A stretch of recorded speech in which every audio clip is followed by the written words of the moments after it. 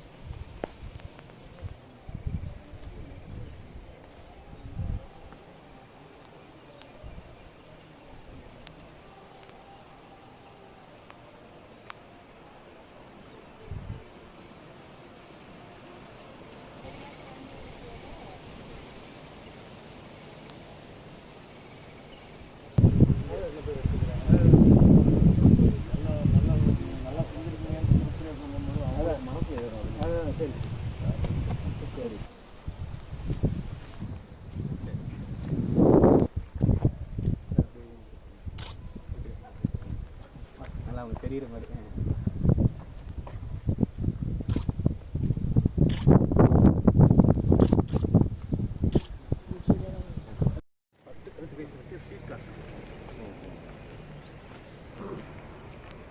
East வெஸ்ட்னு ஒரு கம்பெனியில் F1 hybrid வாங்கிட்டாங்க. வெரைட்டி இல்லைங்க, F1 ஹைப்ரிட் வந்து ஹைப்ரிட் இல்லை நம்மளுக்கு நாற்று நீட் பண்ணிக்கலாம். ரொம்ப லென்த் வந்து அவ்வளோ விலை இது ஒரு ஃபேமிலிக்கு தகுந்த மாதிரினா மக்கள் பைப்பில் வைக்கிற மாதிரி விரும்புகிறாங்கிறதுக்காக இந்த இது பண்ணிச்சு சார், வேறு ஒன்றும் இல்லை.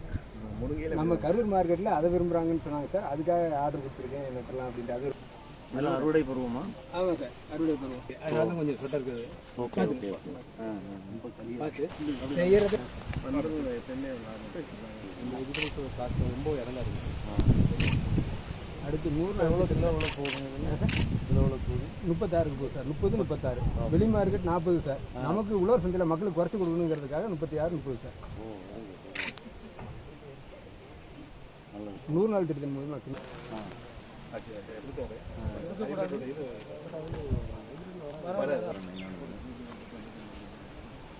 ரீப்ரொடக்ஷன் பாசிபிலிட்டி கிடையாது.